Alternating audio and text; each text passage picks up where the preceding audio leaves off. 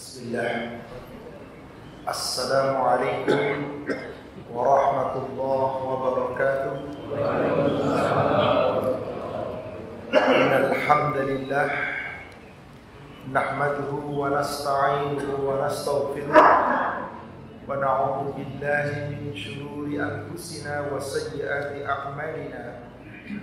May yahdihillahu fala mudilla lahu ومن يضلل فلا هادي له أشهد أن لا إله إلا الله وحده لا شريك له وأن محمدا عبده ورسوله لا نبي بعده اللهم صل وسلم وبارك على محمد وعلى آله وأصحابه أجمعين ومن تبعهم بإحسان إلى يوم الدين أما بعد يا أيها الذين آمنوا اتقوا الله حق تقاته ولا تموتن إلا وأنتم مسلمون. Ma'asyiral muslimin wal muslimat rahimani wa rahimakumullah. Bapak Ibu jamaah Masjid Taklim Masjid Baitur Rahim yang semoga dirahmati Allah. Alhamdulillah pada pagi ini kembali Allah mempertemukan kita di majlis yang mulia ini. InsyaAllah kita lanjutkan kajian kita pada kitab tentang membenahi akidah. Dan kita masih bab tentang iman terkait dengan syirik kecil. Setelah kita membahas di bulan lalu mencaci maki masa, mencaci maki angin dan seterusnya, ini adalah subbab kelima sebagai bab akhir daripada bentuk-bentuk syirik kecil. Silakan yang memiliki kitabnya bisa dibuka di halaman 197, yaitu ucapan jika atau kalau atau seandainya dalam sebagian keadaan. Siapa yang mengatakan kata-kata jika atau seandainya atau kalau dan seterusnya dalam rangka menyesali suatu keadaan, maka itu bagian daripada syirik kecil dan itu dosa. Tapi terkadang kata-kata jika, kata-kata seandainya boleh diucapkan dalam beberapa keadaan tertentu, maka itu bukan kesyirikan. Bahkan itu sesuatu yang diperbolehkan, mubah. Nanti kita akan lihat jika yang seperti apa yang boleh dan jika seperti apa yang tidak boleh. Salawat serta salam semoga terlimpahkan, tercurahkan kepada Nabi kita Rasulullah Muhammad SAW. Semoga tercurah kepada seluruh keluarga, sahabat dan seluruh pengikutnya hingga yaumil akhir.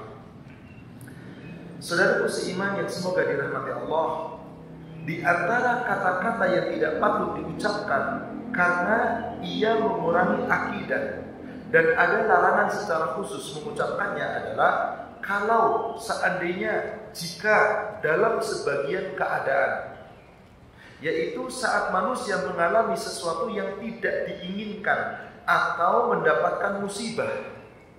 Lalu dia berkata, seandainya aku tidak melakukan ini, tentu ini tidak akan terjadi. Atau seandainya aku tidak melakukan ini, tentu tidak akan terjadi begini. Kata-kata ini mengandung ketidaksabaran, penyesalan terhadap sesuatu yang telah berlalu, yang tidak mungkin diulang.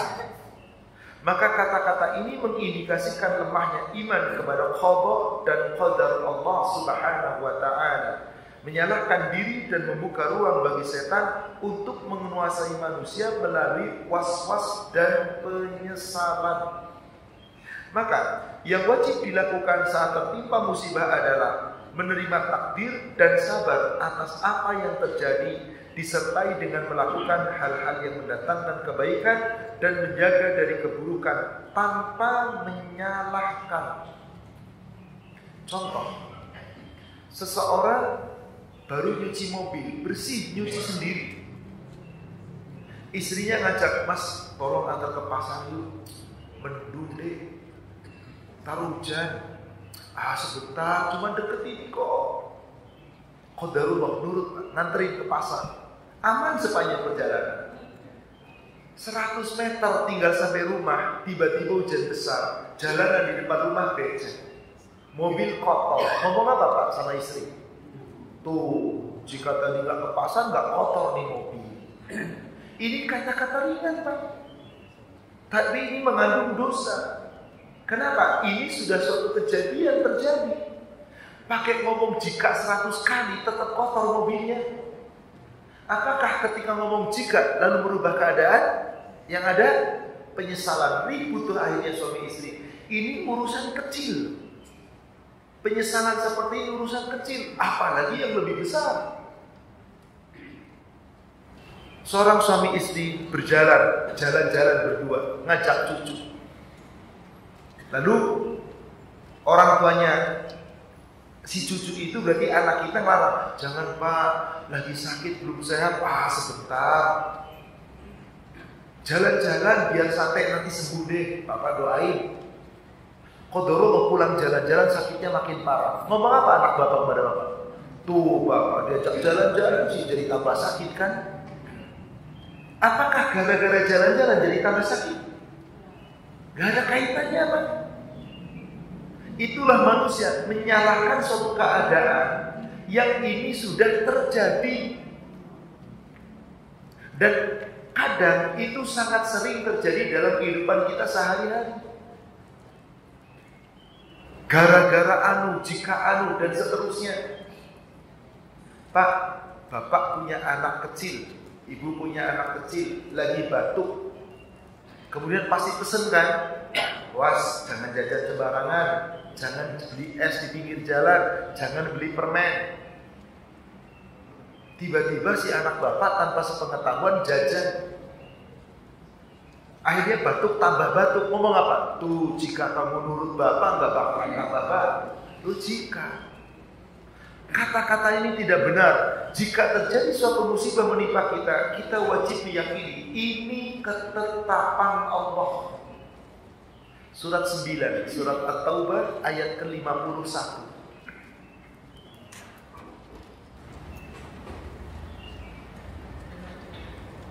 Qul, Allah Subhanahu wa taala perintahkan kepada Nabi Muhammad SAW menyampaikan ini kepada umatnya.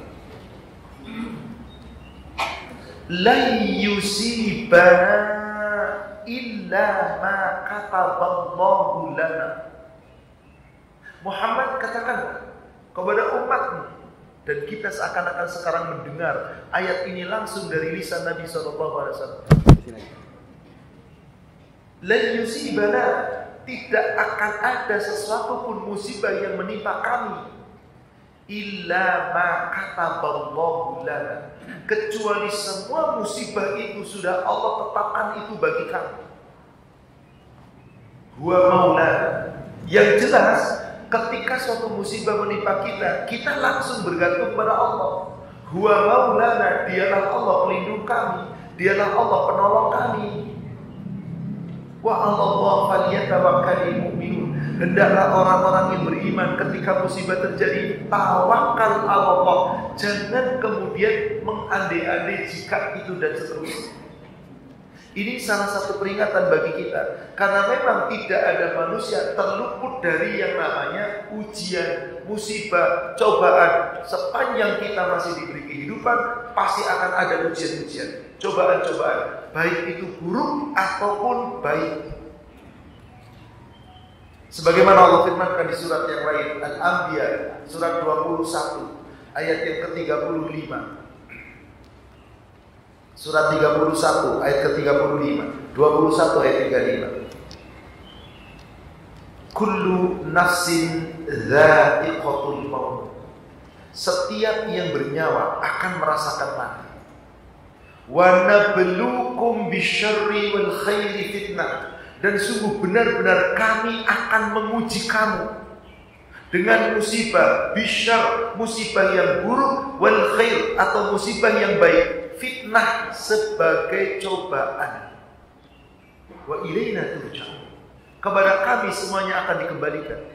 Jadi menurut ayat ini Bapak Ibu, siapapun manusia yang hidup di dunia sepanjang kehidupan dialami, musibah tidak pernah berhenti dan bisa kebaikan maupun keburukan. Kita lanjutkan keterangan dalam kitab ini. Allah Ta'ala mencela orang-orang yang mengucapkan kata-kata ini saat terjadi musibah yang menimpa kaum muslimin di perang Uhud. Dalam ayat yang cukup panjang di surat Ali Imran ayat ke-154 di sini disebutkan, Ini asbabun nuzul ayat ini adalah ketika orang-orang munafik mencegah Rasulullah SAW di perang Uhud. Kejadian perang Uhud adalah perang di mana di saat itu musim panas yang terik. Lalu orang-orang munafik menghalangi Rasulullah dan para sahabat yang lain untuk berperang. Tapi Rasulullah SAW cuma mengatakan, yang mau ikut perang, mari perang. Yang nggak mau ikut perang, silakan. Maka orang-orang munafik mengemukakan alasan-alasan, uzur-uzur yang tidak syar'i tapi mengikuti hawa nafsu diberikan oleh Rasulullah. Dan sahabat-sahabat Rasulullah ikut perang. Apa yang terjadi Bapak Ibu? Qadarullah, yang awalnya umat Islam menang, tapi karena taktiknya Khalid bin Walid, maka umat Islam kemudian dikalahkan di perang Uhud. 70 syuhada gugur di medan perang yang langsung dimakamkan di sekitar lembah Uhud. Dan jika kita ziarah Bukit Uhud, pasti kita akan melihat ada makamnya di sana. Apa yang terjadi? Begitu Nabi pulang membawa kekalahan, orang-orang munafik mengatakan apa? Tuh, coba nurut kita, jangan perang, nggak bakal kalah, nggak mati deh. Maka Allah turunkan tadi ayat, yaquluna law kana lana minal amri syai'un ma qutilna hahuna, kata orang munafik. Di penggalan ayat, di tengah-tengah ayat. Sekiranya mereka itu ada sesuatu hak kami mengatur dalam urusan ini, niscaya kita tidak akan terbunuh di perang Uhud itu. Maka Allah jawab, qul law kuntum fi buyutikum labarazal ladzina kutiba alaihimul qatl illa madaji'ihim. Katakanlah ya Muhammad kepada orang-orang munafik itu, meskipun kamu ada di rumah masing-masing, niscaya orang-orang yang telah ditetapkan kematian itu akan mati juga, meskipun tidak terbunuh di medan perang. Boleh jadi dia tempat terbunuh di tempat tidur mereka. Bapak Ibu, ada yang bisa menghindari kematian? Kematian akan menimpa manusia dimanapun berada. Meskipun mau sembunyi dimanapun, di tempat yang paling sepi, yang paling sunyi, bahkan membuat benteng yang sangat kokoh. Cerita yang sangat-sangat fenomenal, dan ini cerita yang nyata. Ketika Raja Namrud, ketika terjadi Raja Namrud, di pemerintahan Raja Namrud ada wabah Pak, yang saat ini wabahnya namanya apa? Ada nama cikungunya, ada nama malaria, ada nama demam berdarah. Penyebabnya apa Pak? Nyamuk. Penyebabnya nyamuk Pak. Raja Namrud minta dibuatkan suatu tempat bangunan yang steril, yang kokoh, biar gak ada nyamuk yang bisa masuk, terus selalu dibersihkan. Lalu Raja Namrud tidak pernah mau keluar gara-gara takut sama si nyamuk. Qadarullah, dengan apa matinya Raja Namrud? Digigit nyamuk Pak. Subhanallah. Di tempat yang sangat megah, di istana yang mewah, mati sebab melalui digigit nyamuk. Bukankah banyak akibat nyamuk manusia juga bisa mati? Kemarin bukan cuma nyamuk Pak, si COVID yang ukurannya kecil gak bisa dilihat mata. Coba kayak apa orang-orang? Subhanallah. Ini semua siapa yang menentukan? Allah. Kita tinggal meyakini ini ketetapan Allah. Jangan kita mengandai-andai kejadian itu dengan penyesalan. Maka orang-orang munafik adalah orang-orang yang tidak menerima takdir Allah. Sebab apa? Menyalahkan suatu kejadian ketika telah terjadi, lalu menganggap dirinya benar. Itulah orang-orang yang tidak mengikuti aturan-aturan Allah. Orang-orang yang menganggap apa yang dilakukan adalah kebaikan. Saudaraku seiman, adakah di antara kita yang bisa menghindarkan musibah dari Allah? Adakah di antara kita yang bisa mencegah diri dari kemadaratan yang Allah tetapkan? Tidak ada. Harusnya kita yakin, jika ada suatu musibah menimpa kita, segera kita minta tolong sama Allah. Sebab yang bisa menghilangkan kemadaratan hanya Allah. Di surat 6, surat Al-An'am ayat 17, Allah berfirman, Qul, katakanlah, Di situ awal, bukan kul. Kul tadi surat 9 ayat 51. Wa iyam sasqallahu biburrin fala kashifa lahu illa hu. Jika Allah hendak menimpakan kepada kamu suatu burrin, kemadharatan, keburukan, fala kashifa lahu illa hu, maka tidak ada yang bisa menghilangkan kemadharatan itu kecuali hanya Dia. Coba Bapak Ibu, apapun yang menimpa kita kesusahan, siapa yang bisa menghilangkan itu? Allah. Wa iyam sasqallahu biburri fala kashifa lahu illa hu. Jika Allah hendak menetapkan suatu kemadharatan kepada kita, musibah, bencana, apapun dari yang paling kecil sampai yang paling besar, tidak ada yang bisa menghilangkan itu kecuali hanya Dia. Apakah Allah hanya menimpakan kepada kita musibah, buruk? Wa iyam sasqa bi khairin. Maka jika Allah memberikan kepada kita suatu kebaikan, ini jangan sampai kita kemudian mengatakan seakan-akan Allah hanya ngambil keburukan saja. Ada kebaikan yang Allah berikan kepada kita. Wa huwa ala kulli syai'in qadir. Allah Maha Kuasa atas segala sesuatu. Jadi Allah tidak menimpakan kepada kita kebaikan, dan Allah juga tidak menimpakan kita hanya keburukan. Dua-duanya. Tapi biasanya kalau kebaikan yang menimpa kita senang apa enggak Bapak Ibu? Coba kalau keburukan yang menimpa, tuh coba tadi enggak begitu, jika tadi enggak begini, jika tadi tidak begitu. Maka kata-kata jika itu salah satu membuka pintu amal syaitan. Maka saudara sekalian, ucapan seandainya saat terjadi musibah tidak berguna sama sekali, kecuali hanya menunjukkan penyesalan, kesedihan, kelemahan, dan menyalahkan diri sendiri. Di samping ia berdampak buruk terhadap akidah, karena ia mengisyaratkan sikap tidak menerima takdir. Maka kemudian Allah pun menyebutkan di penggalan surat Ali Imran ayat 168 tentang perkataan orang-orang yang dolim tadi, orang-orang kafir tadi. Alladzina qalu li ikhwanihim wa qa'adu law ata'una ma qutilu. Mereka orang-orang munafik, orang-orang yang ingkar kepada Allah, yang mengatakan kepada saudara-saudara mereka yang ikut berperang, mereka tidak turut pergi berperang, tapi mengatakan kepada yang gugur di medan perang kepada keluarganya, "Lau ata'una ma qutilu." Seandainya mereka mengikuti kita, tentulah mereka tidak terbunuh. Coba nurut sama saya, gak usah pergi perang Uhud, gak bakal mati deh terbunuh. Ini menandakan sesuatu yang sangat-sangat menyesali terjadi sesuatu padahal dia tidak ikut berperang. Contoh sederhana, Pak. Bapak punya kawan, beberapa orang berkawan. Lalu suatu ketika Bapak diajak ikut bisnis, modalnya nggak terlalu banyak, 50 juta. Bapak berlima. Saat itu Bapak menolak bisnisnya, meskipun Bapak punya uang 50 juta. Apa alasannya? Saya nggak yakin yang ngajak bisnis. Lalu katakanlah Pak, setelah beberapa bulan 4 orang teman Bapak yang ikut bisnis, qadarullah dapat keuntungan. Bapak ngomong apa?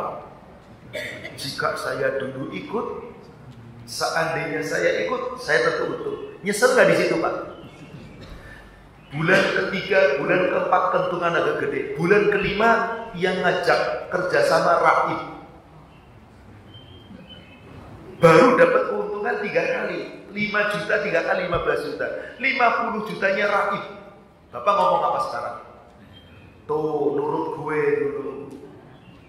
Jika kamu ngikutin kata saya, nggak bakal kamu rugi. Lah kemarin baru aja ngomong, jika saya ikut, saya untung. Sekarang ngomong apa? Jika kamu nggak ikut, nggak bakal rugi. Tuh manusia. Kadang-kadang pelan. Kenapa mengatakan itu? Dia tidak menerima takdir. Intinya Pak, kematian itu takdir Allah, yang jika Allah sudah takdirkan melalui cara apapun bagi Allah mudah dan tidak ada yang bisa menghindar. Orang-orang munafik diantaranya adalah perkataan kaum munafik pada perang Uhud, diriwayatkan bahwa Abdullah bin Ubay telah menentang takdir. Gembongnya munafik di Madinah yang menghalang-halangi orang beriman berjalan di atas jalan yang hak, mengikuti perang, perintah Allah dan seterusnya. Maka pada Abdullah bin Ubay menentang takdir, dia berkata, seandainya Muhammad mendengar usulan kami agar tetap di Madinah dan tidak keluar, niscaya mereka tidak terbunuh bersama orang-orang yang terbunuh. Maka Allah membantah mereka tadi dengan firman-Nya, "Qul fad'u an anfusikumul maut," di ujung daripada Ali Imran 168-nya. Katakanlah, kalau begitu maka cegahlah kematian itu dari diri kalian. Kalau gitu jangan pernah mati. Dan Allah turunkan pula surat An-Nisa surat 4 ayat ke-78. Surat An-Nisa surat 4 ayat ke-78. Ainama takunu yudrikumul maut walau kuntum fi burujin musyayyadah. Dimanapun kamu berada, kematianmu pasti akan menemui kamu. Meskipun kamu berada bersembunyi di suatu bangunan, benteng yang tinggi lagi kokoh.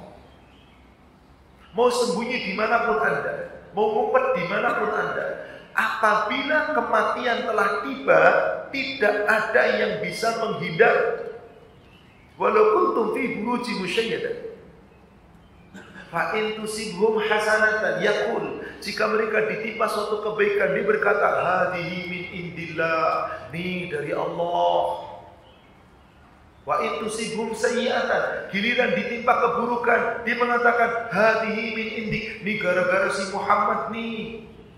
Tuh Abdullah bin Ubay, gembong munafiknya orang-orang Madinah.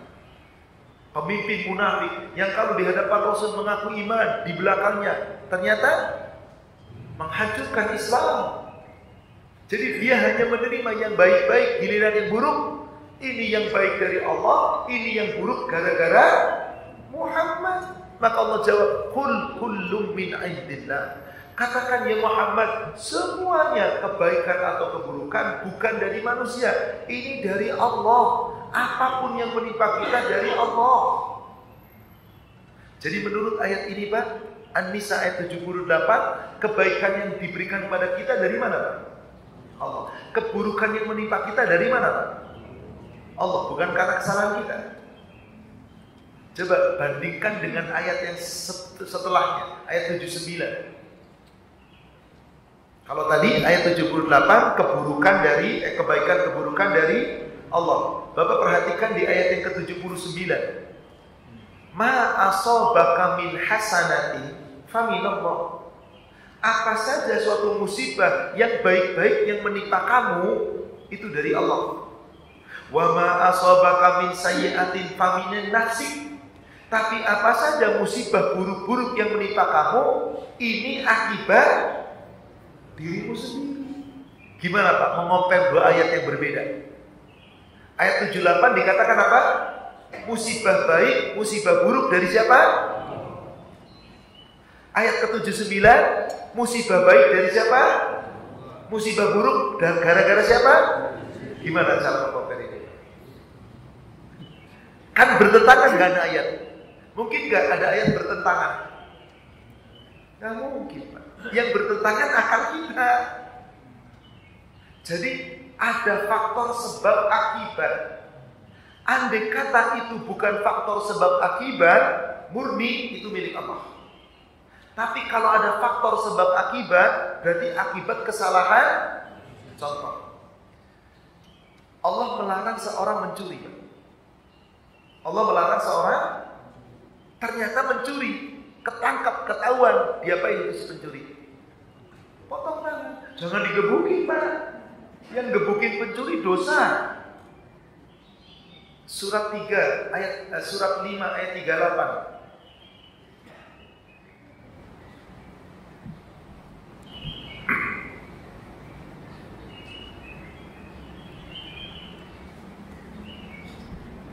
Was-sariqu was-sariqatu faqta'u aydiyahuma jazaa'an bima kasaba nakalam minallah. Adapun laki-laki yang mencuri atau perempuan yang mencuri, jika mereka terbukti kedapatan mencuri, maka potong kedua pelaku pencuri itu. Tangan kanannya potong sebatas pergelangan, potong. Jaza'an bima kasaba, disebabkan perbuatan mencurinya, nakala minallah, sebagai siksaan dari Allah di dunia. Jadi di zaman Rasul, kalau ada seorang mencuri, kedapatan mencuri dan telah sampai nisabnya pencurian yang dipotong tangan itu Pak, 1/4 dinar.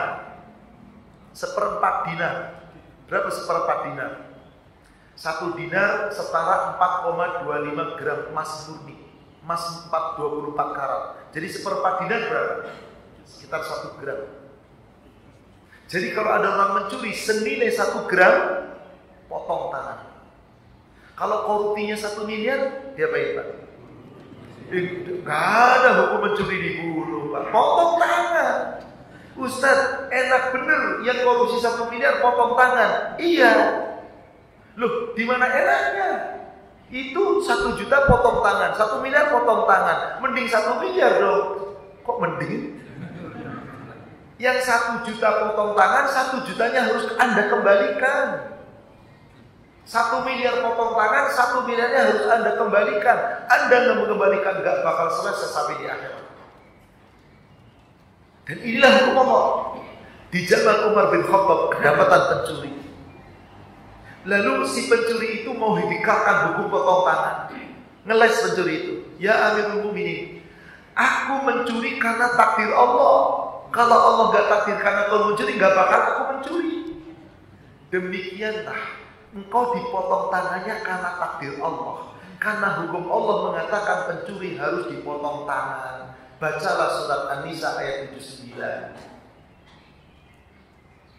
Keburukan menimpa kamu karena perbuatanmu sendiri. Ada sebab akibat. Orang mabuk dicambuk 80 kali oleh Rasulullah. Orang berzina dicambuk 100 kali oleh Rasulullah. Orang berzina sudah pernah menikah dirajam sampai mati oleh Rasulullah. Orang bersumpah palsu 80 kali 80 kali cambukan oleh Rasulullah. Maka di sini hukum Allah tegak, ketika orang melanggar maka diperbuat buruk kepadanya karena apa? Kesalahannya. Tapi ada seseorang yang tidak berbuat salah apapun terkena musibah. Pak, lagi duduk-duduk begini, tiba-tiba gempa bumi, ini runtuh mati. Salah siapa coba? Salah saya duduk di sini? Tidak, nggak ada sebab akibat. Ini urusan Allah. Urusan Allah. Bahkan Anda lagi tidur bisa mati apa enggak? Bisa mati apa enggak? Surat 39 ayat 42.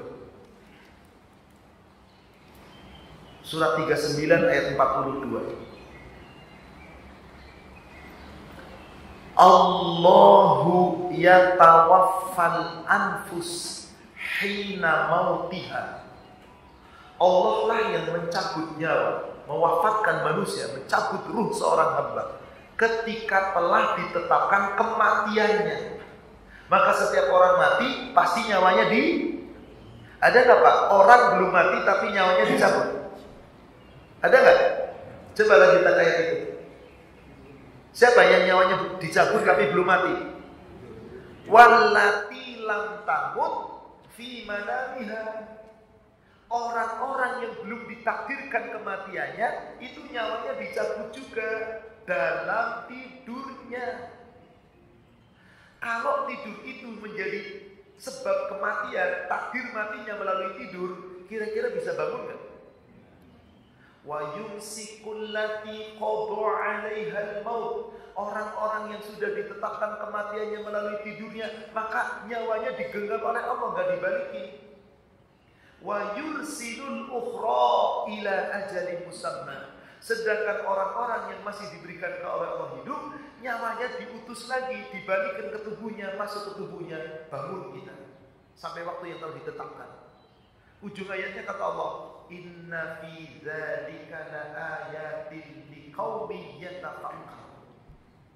Ini tanda-tanda kebesaran Allah, ayat-ayat Allah bagi kaum yang berfikir, tafakkur. Jadi Bapak Ibu, tiap kita tidur itu sesungguhnya kita sedang apa? Mati, Pak. Maaf, Bapak-bapak, Ibu-ibu mau tidur baca doanya apa? Allahumma bismika ahya wa bismika amut. atau bismika Allahumma ahya wa amut. Betul begitu? Ya Allah, dengan menyebut namamu aku hidup dan aku mati. Bapak mau tidur atau mau mati? Kenapa ngomongnya mati? Anda mau tidur loh. Bangun tidur ngomong apa Pak? Doanya Alhamdulillah ahyana ba'da ma amatana wa ilaihi nusyur. Segala puji bagi Allah yang telah menghidupkanku kembali setelah matiku. Jadi bapak-bapak ibu-ibu tidur lagi ngapain? Gimana kalau tidur bawa dosa? Tidur belum ibadah, tidur belum bertobat, tidur nggak baca doa, habis tidur habis nonton sesuatu yang aneh. Nih di gadget ini Pak, maksiat jalan di sini Pak, datang kepada kita. Tidur lupa baca bismillah, habis nonton yang maksiat, mati. Ya Allah, khusukul khatimah. Ini bisa saja terjadi loh Pak. Jadi maaf, kita tidur itu sesungguhnya Allah sedang cabut nyawa siapa Pak? Jadi kita tidur itu sedang diwafatkan atau sedang tidur? Coba Bapak Ibu lihat surat 6 ayat 60. Saya ingin tahu terjemahannya Pak. Biasanya terjemahannya berbeda dengan bunyi ayatnya. Bisa dibantu? Ada yang mau membaca terjemahannya? Bagian awal saja. Boleh dulu Pak. Artinya aja Pak. Surat 6 ayat 60. Coba Pak baca.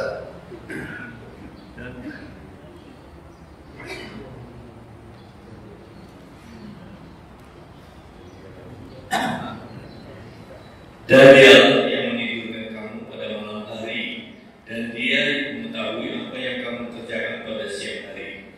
Kemudian Dia membangunkan kamu pada siang hari untuk disempurnakan umurmu yang telah ditetapkan. Kemudian kepadanya tempat kamu kembali, lalu Dia memberitahukan kepadamu apa yang telah kamu kerjakan. Menurut Bapak Ibu benar nggak terjemahannya Pak di bagian awal ayat? Dan Dialah yang menidurkan. Betul begitu terjemahannya? Apa bahasa Arabnya tidur? Naum. Menidurkan ya tanauma.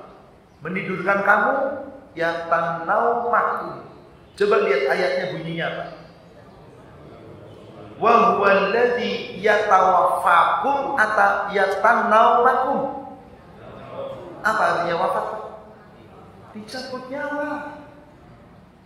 Dan Dialah Allah yang telah mewafatkan kamu, mencabut nyawamu bilail, di waktu malam. Kalau orang Arab baca ayat ini mewafatkan Pak. Bapak aja yang menerjemahkannya menidurkan.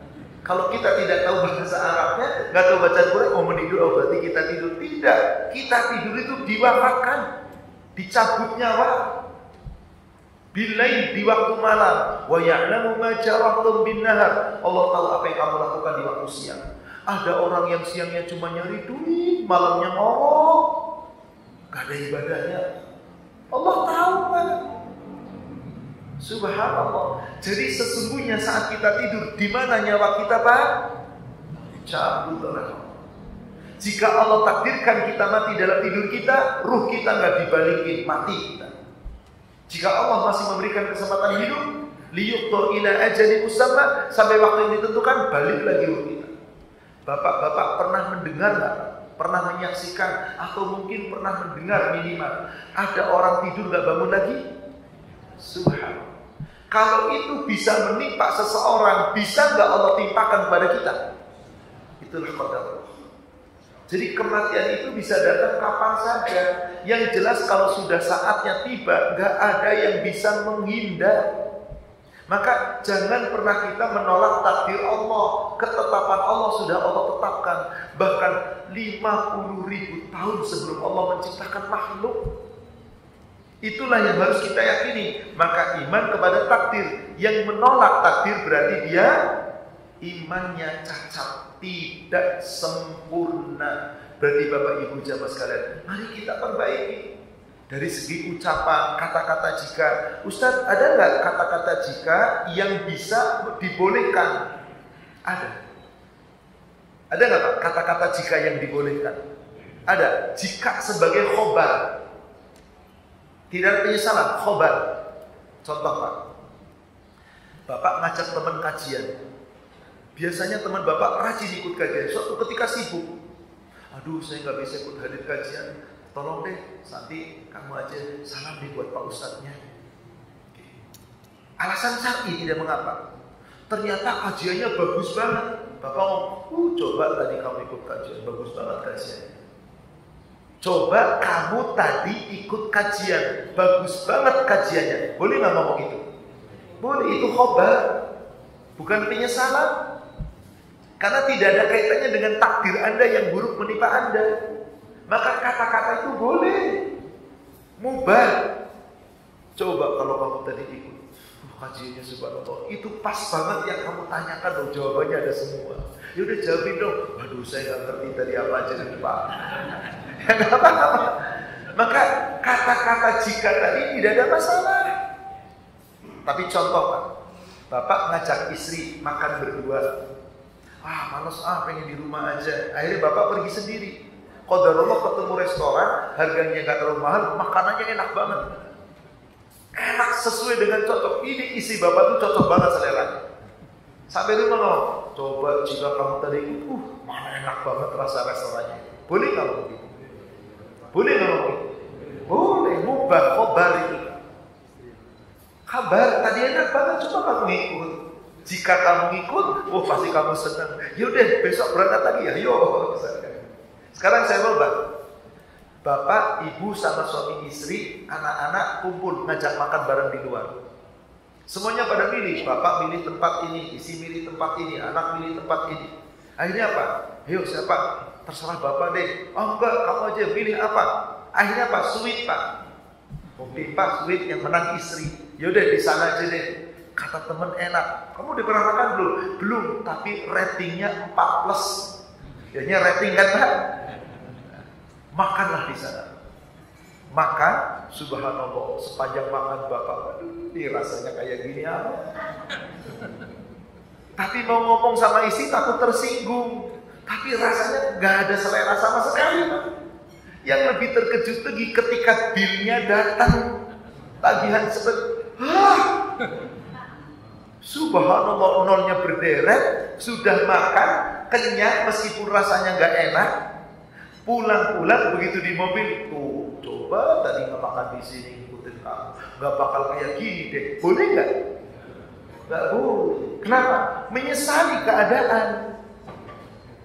Jadi yang boleh itu kata-kata jika khobar, mengabarkan sesuatu. Tapi kalau menyesali keadaan yang sudah terjadi, di antara bapak-bapak ibu ada yang pernah begitu nggak? Banyak, tolong jangan lagi Pak. Ini bagian daripada syirik kecil, dosa. Kenapa? Anda menentang takdir sudah terjadi. Memang kalau kata-kata jika bisa menolong Anda, yang ada ngedumel terus sepanjang jalan. Apa yang harus kita lakukan? Subhanallah istriku, pilihanmu tepat. Ternyata bilnya luar biasa ya. Alhamdulillah, rasanya ya Allah, sepertinya sih enakan masakan kamu deh. Kita gak usah ke situ lagi ya. Subhanallah, plong enak Pak. Coba Bapak manyun, isi ikut manyun, berantem gak ada jatah nanti Bapak. Intinya di sini Pak, takdir Allah kadang-kadang sesuatu yang ringan Pak. Yang kita kadang-kadang gak bisa nerima takdir. Ini sekarang dalam bulan terakhir itu Jakarta diliputi apa namanya Pak? Ya, polusi yang luar biasa. Ini flu kadang nggak sembuh-sembuh. Kadang-kadang nggak tuh keluar rumah sudah di flu kan jadinya. Jangan berkata demikian. Coba tadi pakai masker waktu ngomong, gak usah lah sudah terjadi. Intinya sesuatu yang menimpa kita suatu musibah dan itu buruk bagi kita, jangan pernah ngedumel, jangan pernah mengade-ade, jangan pernah disesali. Ini ketetapan Allah. Maka Bapak Ibu, hanya orang takwa yang apabila ditimpa suatu musibah baik atau buruk jawabannya cuma satu, khairah, kebaikan. Lihat surat 16, surah An-Nahl ayat ke-30. Surat An-Nahl ayat ke-30.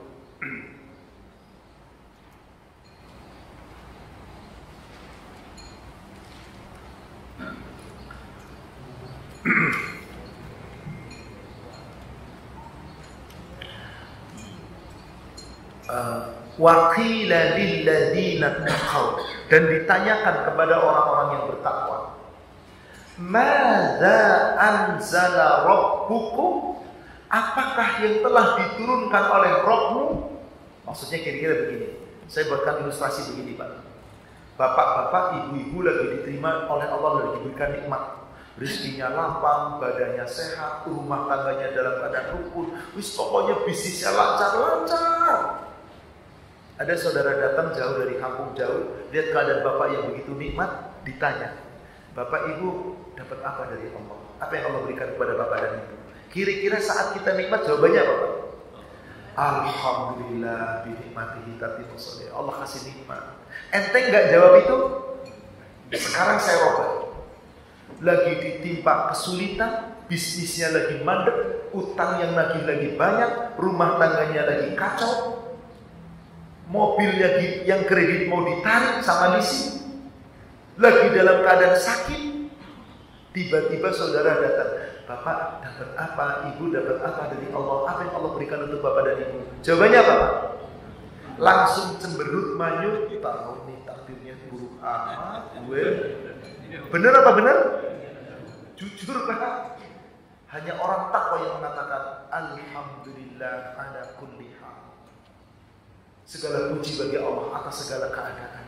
Semoga keadaan ini menjadikan aku makin dekat dengan Allah.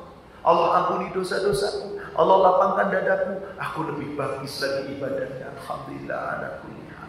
Sulit Pak yang bisa ngomong begitu demi Allah Pak. Teori gampang, prakteknya sulit. Tapi demikianlah Rasul dan para sahabat. Apapun yang menimpanya ucapannya Alhamdulillah. Kalau nikmat ala kulli, kalau nikmat bitatimmus salih, alhamdulillahilladzi tatimmus salihah bi nikmatihi tatimmus salih. Semua nikmat ini sempurna karena Allah. Kalau ditimpa keburukan, alhamdulillah ala kulli hal. Segala puji bagi Allah, semua keadaan ini Allah yang berbuat. Kalau ini kita lakukan, apa kata Allah? Lilladzina ahsanu fi hadhihi dunya hasanah. Bagi orang yang ditimpa musibah baik, ditimpa musibah buruk, apapun yang menimpanya tetap berbuat baik, baik dalam ketaatan, Allah akan berikan lebih baik lagi balas. Wala darul akhirati khair. Tapi kalau kamu belum dapat dunia, ada negeri akhirat yang lebih baik. Untuk siapa? Untuk orang bertakwa. Kalau kamu tahu ada surga, Pak. Jadi penderitaan dunia itu kecil, betul kecil. Lalu kamu yang ada pun sekiranya mereka mengetahui apa kehidupan yang lebih baik dari dunia, Pak. Allah katakan di ayat ke-31-nya. Jannatu adn, surga-surga adn yang nanti mereka akan memasukinya. Yuhallawna fiha, dan mereka akan dimasukkan ke dalamnya. Walahum fiha ma yashaun, semua yang Anda inginkan di surga dikasih. Jadi kalau belum dapat di dunia harus sabar apa enggak, Pak? Sabar, Pak. Kadzalika yajzillahil muttaqin. Demikianlah balasan Allah untuk orang takwa, yaitu orang yang mau menerima keadaan apapun, takdir baik, takdir buruk, itu dari Allah. Adapun keburukan yang menimpa kamu oleh sebab akibat, pastikan buat kesalahan kamu. Kalau keburukan itu dari Allah, yakini, nggak usah mimpi apa, saya semalam salah apa, saya kok gini amat, nggak usah Pak. Nggak usah dibawa-bawa pakai mimpi apa, sudah ini ketetapan Allah. Maka di sini saya langsung saja di halaman 199 di paling bawah. Maka wajib atas orang mukmin menjauhi perkataan ini, yaitu perkataan jika saat tertimpa musibah atau ujian, menggantinya dengan kata-kata yang baik yang mengandung keridhaan kepada qadar Allah, kesabaran dan berharap pahala kepada Allah, yaitu kata-kata yang diajarkan Rasulullah SAW agar seorang muslim mengucapkannya. Apa itu ucapannya? Di sini diriwayatkan hadis yang diriwayatkan oleh Imam Muslim dari sahabat Abu Hurairah. Rasul mengatakan, al-mu'min qawi, di halaman 200 disebutkan hadisnya. Al-mu'min qawi, seorang mukmin yang kuat, khairun, lebih baik, wa ahabbu ilallah minal mu'minid dha'if, dan lebih baik dan dicintai Allah dari mukmin yang lemah. Wa fi kullin khairun, tapi tiap-tiap mukmin masing-masing punya kebaikan. Masing-masing punya kebaikan. Ihris 'ala ma yanfa'uk, bersemangatlah, beringin sangatlah, bersegeralah untuk berbuat segala sesuatu yang bermanfaat bagi kamu. Artinya apa? Bersungguh-sungguh kita berbuat sesuatu yang membawa manfaat untuk kita. Wasta'in billah, dan mintalah pertolongan kepada Allah. Wala ta'jaz, jangan pernah kamu lemah. Wa in asabaka syai'un, jika sesuatu musibah menimpa kepada kamu, fala taqul, jangan kamu katakan, law anni fa'altu kadza kana kadza wa kadza. Coba seandainya tadi aku tidak berbuat begini, niscaya tidak akan terjadi begini dan begitu. Coba kalau enggak begitu, enggak akan begini dan begitu. Walakin kul, akan tetapi ucapkanlah, qaddarallahu wa ma syaa fa'al. Ini takdir Allah, ini ketentuan Allah. Allah berbuat apapun yang Allah inginkan. Fa inna law taqahu amala syaitan. Karena kata-kata jika itu adalah amal syaitan. Jadi Nabi SAW membimbing kepada kita sebab-sebab yang bermanfaat bagi hamba, sekecil apapun musibah. Coba di sini dikatakan, mukmin yang kuat lebih baik dari mukmin yang lemah. Tapi Rasul katakan, tiap-tiap mukmin punya kebaikan.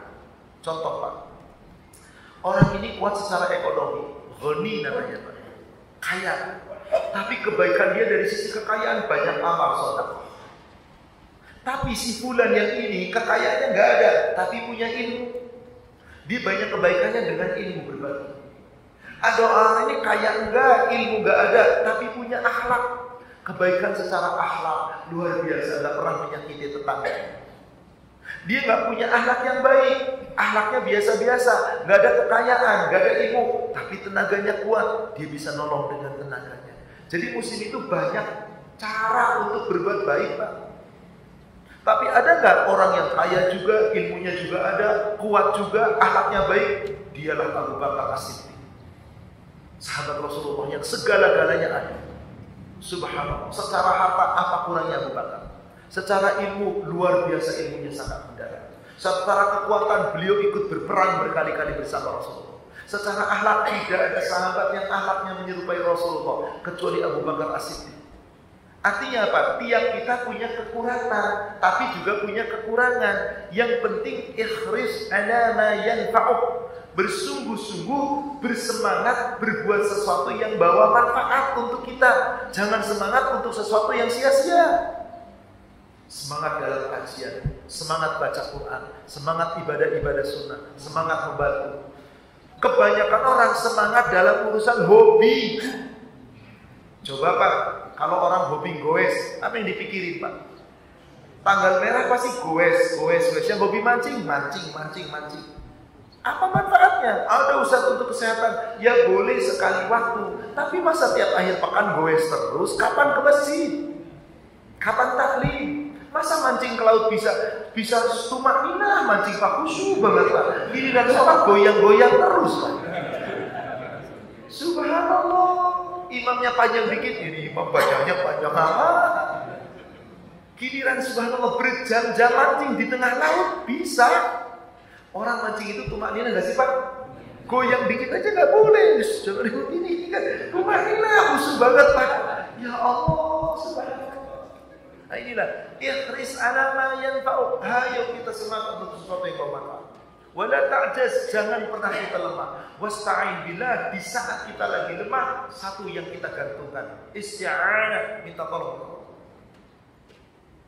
Idza asabaka syai'un fala taqul, jika sesuatu musibah menimpa kepada kamu, jangan pernah kamu katakan, law anni fa'altu kadza kana kadza wa kadza. Coba kalau tadi begini enggak begitu deh. Coba kalau begitu enggak begini. Stop kata-kata itu, Pak. Sekecil apapun, ucapkan setiap musibah menimpa kita. Walakin kul, ucapkan qaddarallahu wa ma syaa fa'al. Ini takdir Allah. Allah berbuat apapun yang Allah kehendaki, karena tidak ada yang bisa mencegah apa yang Allah kehendaki. Sudah beres. Itu yang harus kita lakukan. Fa inna law taqahu amal syaitan, karena kata-kata jika itu bisa membuka amal. Maksudnya apa Pak? Ketika kita ngomong jika gak ikhlas, maka saudara seiman, seorang mukmin yang bertakwa kepada Allah, susah itu hanya dirasakan selama di dunia. Susah itu hanya penderitaan selama di dunia. Orang muslim akan dapat kabar gembira yang paling dekat. Coba buka surat Al-Baqarah ayat 214. Bapak Ibu pengen masuk surga? Tentu pengen sekali. Siapa yang bercita-cita ingin masuk surga Bapak Ibu, bersiap-siaplah ujian yang Allah timpakan jauh lebih berat. Surga nggak gratis. Coba pertanyaan Allah di ayat ke-214. Afa hasibtum an tadkhulul am hasibtum an tadkhulul jannata wa lamma ya'tikum? Am hasibtum? Apakah kamu mengira? Apakah kamu menyangka, merasa dirinya an tadkhulul jannah, kamu dengan mudah bisa masuk surga? Walamma ya'tikum, padahal belum datang kepada ujian-ujian dan cobaan-cobaan. Mathalul ladzina khalau min qablikum, sebagaimana ujian-ujian yang telah berat yang Allah telah timpakan kepada orang sebelum kamu. Coba perhatikan Bapak Ibu, ujiannya para sahabat itu gimana? Massahumul ba'sa'i wad-dharra'i wazulzilu. 3 Allah tumpuk sekaligus. Ba'sa, kesulitan, kesusahan, kesempitan materi, kesusahan makanan. Boro itu kesulitan secara lingkungan karena diserang dan seterusnya, dijelekan, dihina dan seterusnya. Zulzilu, peperangan-peperangan, keguncangan-keguncangan. 3 loh. Kalau kita cuma apa Pak? Paling cuma dorok sedikit, gangguan-gangguan dari orang. Baksa, saya yakin duit kita banyak. Hampir kita nggak mengalami kesulitan ekonomi. Mau habis ngaji aja makan gratis kok, Pak, enak Pak, subhanallah. Subhanallah. Yang paling untung Ustaz Pak, meskipun nggak makan di sini dapat bawa pulang. Jatah itu Pak Arif itu yang ngurus itu. Apa sedikit cukup. Artinya apa? Nggak ada orang pengen masuk surga nggak pakai ujian. Bapak ingin meraih gelar SD, ujiannya SD. Ingin meraih gelar SMP, SMP. Ingin meraih S2, S2 Pak. Ingin meraih gelar profesor, S3. Makin berat apa enggak Pak? Makin tinggi kedudukan surga kita yang kita cita-citakan, makin berat ujian dari Allah. Bisa bermacam-macam ujian. Saking beratnya ujian, coba perhatikan. Hatta yaqula rasula walladzina amanu ma'ahu. Sehingga Rasul dan orang beriman bersama Rasul berkata, berdoa kepada Allah saat ujian berat itu. Apa doanya Pak? Satu kalimat pendek. Mata nasrullah. Ya Allah, betapa berat ujian ini. Kapan datang pertolonganmu ya Allah? Boleh nggak kita mengadu sama Allah begitu? Ya Allah, betapa berat ujian ya Allah. Hamba sepertinya tidak sanggup menahan ujian ini ya Allah. Kapan datang pertolonganmu ya Allah? Boleh? Boleh. Keluhan seperti itu wajib kita sampaikan kepada Allah. Allah tahu tentang kemampuan kita. Tapi jangan dikasih bumbu-bumbu. Ya Allah, dosa apa saya? Kok begini berat ujian? Nah itu kata-kata itu tuh. Dosa apa saya? Tiap hari banyak dosa. Salah apa saya? Mimpi apa saya? Jangan dibawa-bawa. Tapi langsung to the point. Ya Allah, tolonglah hamba ya Allah. Betapa berat ujian ini ya Allah. Kapan segera datang pertolonganmu ya Allah? Coba ujung ayatnya Allah katakan apa jawabannya? Ala inna nasrallahu qarib.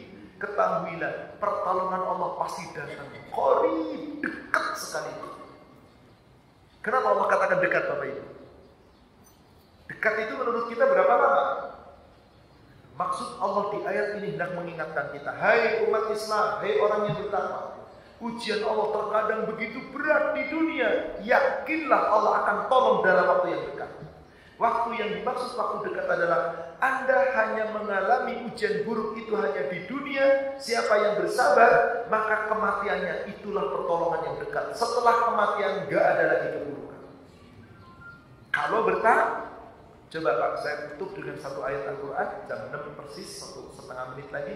Surat Al-Quran tadi mundur lagi ke surat 16 Pak. Tadi kita lihat surat 16, ayat 30 dan 31. Coba perhatikan ayat 32-nya. Tadi di ujung ayat 31 ada kata-kata surga yang penuh dengan kenikmatan yang Allah berikan kepada mereka, apapun yang diinginkan, sebagai balasan untuk orang takwa. Perhatikan ayat ke-32. Bagaimana wafatnya orang takwa? Alladzina tatawaffahumul malaikatu thayyibin, yaitu orang-orang yang mereka akan dicabut nyawanya oleh para malaikat dalam keadaan baik. Yaqulun, malaikat saat mencabut nyawa orang takwa berkata, salamun alaikum udkhulul jannah bima kuntum ta'malun. Hai orang yang bertakwa, selamat sejahtera atas kamu. Kamu masuk surga karena amal perbuatanmu. Coba Bapak Ibu, pada kajian waktu duha, sholat duha, menjelang waktu duhur, agak sedikit ngantuk, lagi leleh-leleh di tempat tidur sambil nunggu waktu duhur, tiba-tiba malaikat mau datang ngomong seperti itu, Pak. Bapak Ibu langsung mau mati, mau apa, Pak? Sekarang aja udah. Meskipun ditawari bulan depan uang 10 miliar, masa bodoh. Surga sudah di depan. Inilah pertolongan yang paling dekat, kematian seorang takwa. Insya Allah semoga kita dijatuhkan dalam keadaan seperti ini. Malaikat mengatakan, salamun alaikum udkhulul jannah. Tapi ini semua terjadi karena amal perbuatan kita yang baik di dunia ini. Semoga kita termasuk hamba-hamba Allah yang mampu melakukan itu. Amin ya rabbal alamin. Dengan demikian Pak, bab tentang syirik kecil kita sudah selesai. Insya Allah bab berikutnya kita akan masuk nanti pada halaman 203, sabar dan kedudukannya di dalam akidah. Wallahu a'lam. Demikian yang bisa kami sampaikan, semoga membawa manfaat dan hikmah. Yang benar dari Allah yang disampaikan oleh Rasulnya, yang salah saya menyampaikan. Kita manusia yang penuh kekurangan, semoga Allah memaafkan dan mengampuni kesalahan dan dosa kita. Mari sama-sama kita akhiri kafaratul dengan kafaratul majlis. Subhanallah. Asyhadu an la ilaha illallah. Astaghfirullah. Alhamdulillah billahi taufik. Assalamualaikum warahmatullahi wabarakatuh. Waalaikumsalam.